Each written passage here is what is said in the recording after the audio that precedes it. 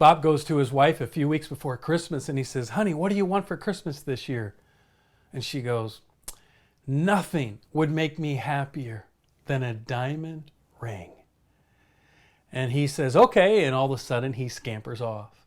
Christmas morning comes and there's presents all around the Christmas tree, and she's so excited, and as they all get handed out, she realizes that her husband didn't get her anything. She's hurt, she's wounded, she's angry, and she confronts him and she goes, "Why didn't you get me a diamond ring?" And he said, "Babe, when I asked you, you told me that nothing would make you happier." My name is Matt Lair, founder of Dare to Be Different. I want to talk to you about communication. Communicating can often be very difficult in marriage, and certainly men communicate differently than women. And I think we hear things from our wives that sort of come across differently, and certainly wives hear things differently than men. We interpret things differently, and I think that communication is often something that breaks down in marriage and can cause some of the most tragic outcomes. And so whether you're in a happy marriage or maybe you're in a very difficult marriage that's in deep trouble, either way, no matter where you're at, I want to talk to you about 4 key elements of being a better communicator. And specifically, I want to make sure that you understand that we're talking more about conflict and when you're hurt and when you're wounded and when you're upset. Because the truth is, when you're happy, our communication is pretty good. It's not when we're happy. It's not when things are going well. It's when you're frustrated. It's when you're hurt. It's when we're lonely. It's when we're disrespected, or it's when we're unloved. That's where our communication falls off the cliff. And so when you're frustrated, have you ever looked in the mirror and asked yourself, how good of a communicator am I? What are my tendencies? How are you shutting down? And the first thing I want to talk to you about in being a better communicator is your body language. You see, our body language communicates for far more of our ability to transfer what we want to say than even words do. Our face, our body language, our arms, our eyebrows. And I want to talk to you about how to control your body language. And as the Bible says, that gracious words are like honeycomb. And it goes on to say that man cannot tame the tongue. It is a restless evil. When we're hurt, when we're angry, our words, the way we act, and our body language is very, very hard to control. And I want to talk to you about a few things about your body language. What signals are you transferring?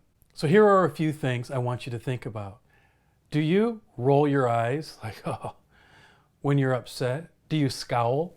Do you shake your head when your spouse is talking to you to make sure that they know you don't agree with them? Or do you not make eye contact with them and you look off in another direction as if to say, talking to the hand? Or do you have an intimidating posture where your physical presence kind of gets in their face and kind of makes them take a step back, or it's an intimidating position?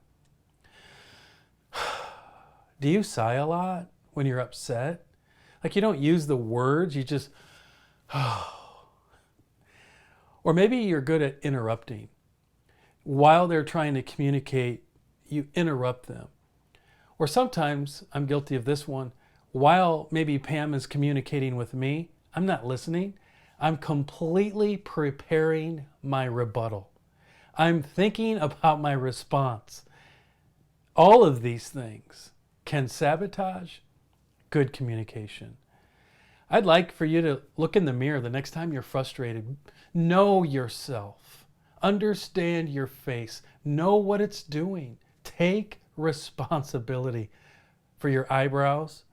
I remember a husband said to his wife, if you keep raising your eyebrows and giving me these looks while we're communicating, he said, I'm going to get out some duct tape. Do you know what you look like when you're mad?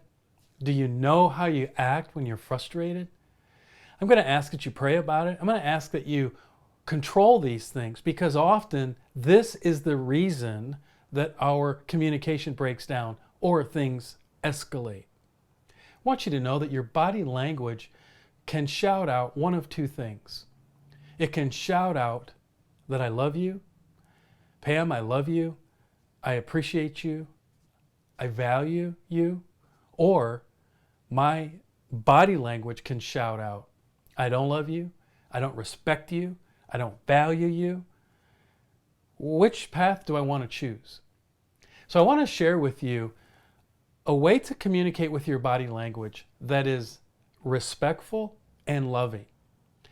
And so for wives to kind of practice this and for husbands to practice this, you're going to feel loved and respected, even when you disagree with them and even when you're frustrated. So here it is.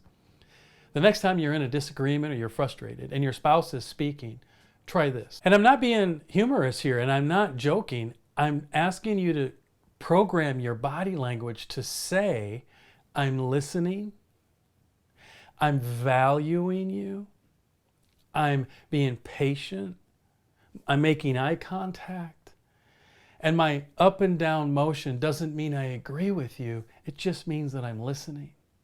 You see, I had to practice this years ago. I didn't realize how hard it was. I also didn't realize that it's okay for me to do this when I disagree with Pam. This doesn't mean that I agree with her, but it just means that I value her. There's a great difference, because when she's done sharing, I'm going to have my turn. I'm going to be able to communicate the things I want to communicate to her.